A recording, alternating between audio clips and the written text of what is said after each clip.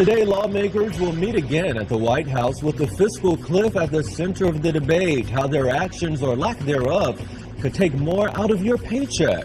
Plus, teachers, principals, and even janitors in Utah are going back to school, but they're learning about guns and how to be ready to use them if necessary at school. 12 News Today starts now.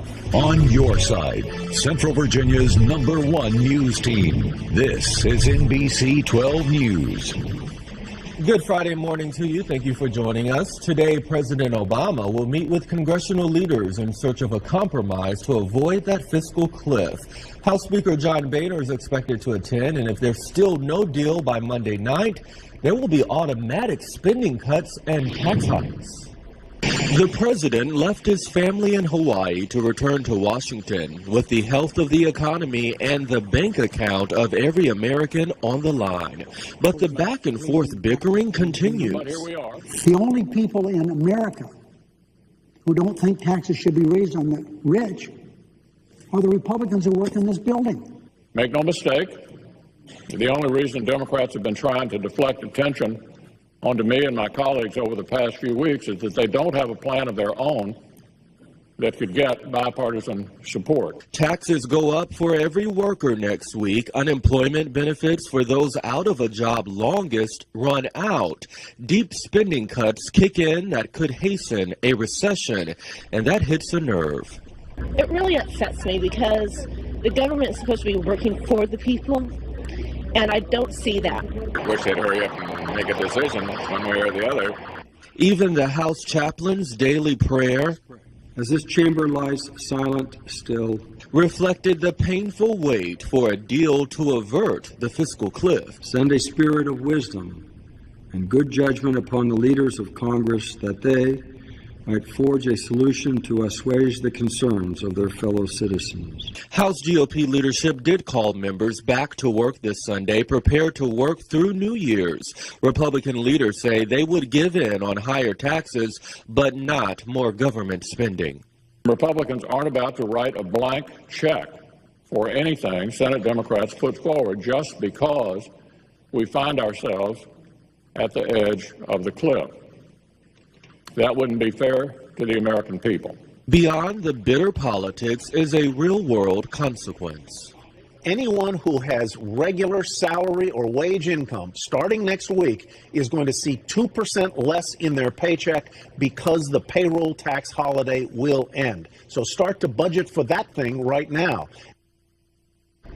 All right, time now is 4:31. Let's get a check on your weekend weather forecast. Meteorologist Andrew Frieden joins us now with the latest condition. All right, good morning. We start you out with the weather headlines for the day. Cast on that in a few minutes. Brent? Thank you, Andrew. Well, when it comes to the winter weather, Central Virginia sure dodged a bullet. A serious storm system now heading into Canada killed at least 16 people and left more than 100,000 homes and businesses without power in Arkansas. The storm's heaviest snows have been in northern Pennsylvania, upstate New York, and inland sections of several New England states. Just yesterday, snow canceled more than 400 flights across the country, leaving thousands of passengers stranded. Secretary of State Hillary Clinton will return to work next week after suffering a stomach virus and a concussion. Even though Secretary Clinton plans to get back to work, doctors have grounded her from overseas travel for several more weeks. Her return paves the way for testifying before Congress on the Benghazi attack that killed a U.S. diplomat. Secretary Clinton is also preparing to step down from her job early next year. Developing now, retired General H. Norman Schwarzkopf has died. Schwarzkopf commanded the U.S.-led international coalition that drove Saddam Hussein's forces out of Kuwait during the First Gulf War in 1991.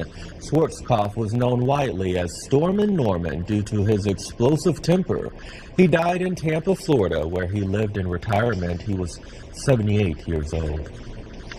Well, in the wake of the Sandy Hook school shooting, a group of shooting instructors in Utah are offering gun classes to teachers, principals, and just about anyone who works at a school. Alex Cabrero explains. Some have already decided. All right. Well, Utah actually allows guns at public schools. It's state law that's been in effect for 12 years now. Well, scientists at the University of Connecticut plan to examine the DNA of Sandy Hook shooter Adam Lanza. They will look at the 20-year-old's DNA to see if there are clues as to why Lanza carried out the massacre. Some experts believe scientists will look for mutations that might be associated with violence or mental illness. The plan is getting some mixed reviews, though. Some say the study could help further research on human violence.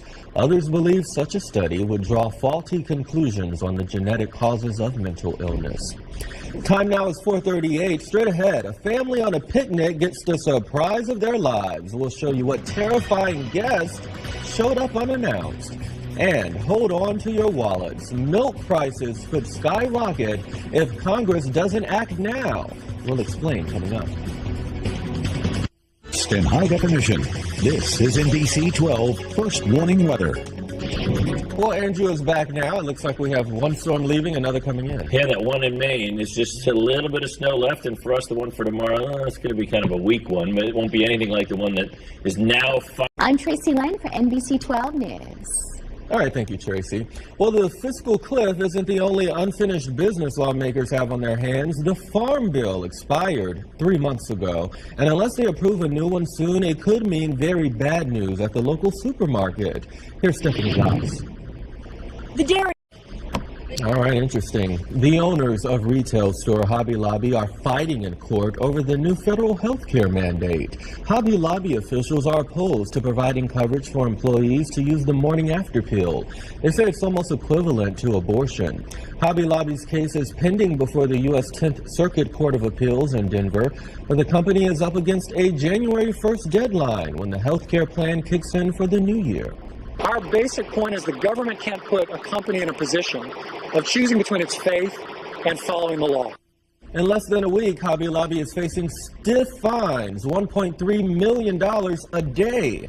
The company's lawyers asked the U.S. Supreme Court to issue a temporary injunction to avoid those fines, but they were denied. All right, listen up. If you think parking is difficult around here, try parking, say, in the Windy City. As of New Year's Day, Chicago will have the most expensive downtown parking meters in the country. The company that operates the meters will be hiking rates to a whopping $6.50 an hour. That's right, $6.50 in certain areas of the city. Now, that is more than it costs to park in San Francisco, New York, even L.A. Everybody's outraged about it because we remember in the days when 25 cents got you an hour. Now 25 cents got you 2 minutes, and that 2 minutes you're spending at the box paying the meter. So you're going to drop how much on parking tonight?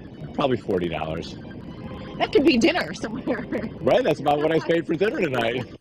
Sure is. Most of the money from the meters goes to a private firm. It's a 75-year contract in 2008 that they signed, so that deal is widely viewed as a financial disaster. Can you see why?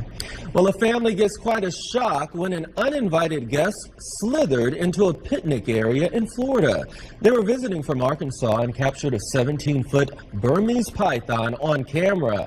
A park ranger killed the snake because the Florida government is trying to control its population.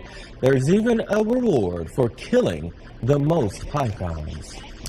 All right. There is a new weapon in the fight against cancer, and it's not something you would expect. We'll tell you how researchers are using mushrooms to help patients. And the new year is just 3 days away. Are you ready? And a TV icon is being remembered in this year's celebration. We'll be right back. Some sad news in the music world. Renowned R&B singer Fontella Bass has died. Bass died late Wednesday night after suffering a heart attack. She was born in St. Louis in 1940 and learned music at an early age from her mother, gospel singer Martha Bass. She broke through as a recording artist in 1965 with a pair of popular R&B duets and the classic crossover hit, Rescue Me. Bass was 72 years old. With just 3 days to go, preparations for this year's Times Square New Year celebration are nearly complete. Yesterday, workers added 288 sparkling new Waterford crystal triangles to the iconic New Year's ball. One of the crystals is engraved with the words Dick Clark. The 82-year-old broadcast icon hosted the New Year's Eve celebration for more than 40 years before his passing earlier this year. This week, his widow was on hand to receive the special tribute to her late husband. Dick would always say, Times Square is the place to be on New Year's Eve, and how true it is. And I'll miss the kiss this year, but I'll feel his presence, and I hope many of you will too. Happy New Year, and thank you. This year, Clark will be remembered for his entertainment work in a 2-hour tribute on New Year's Eve. All right, time now is 4:55. We'll be right back with more news, weather, and traffic. You're watching 12 News Today. Welcome back. The secret to treating millions of cancer patients might be hidden in a mushroom. Gary Chinham shows us how researchers are unlocking the potential of the turkey tail.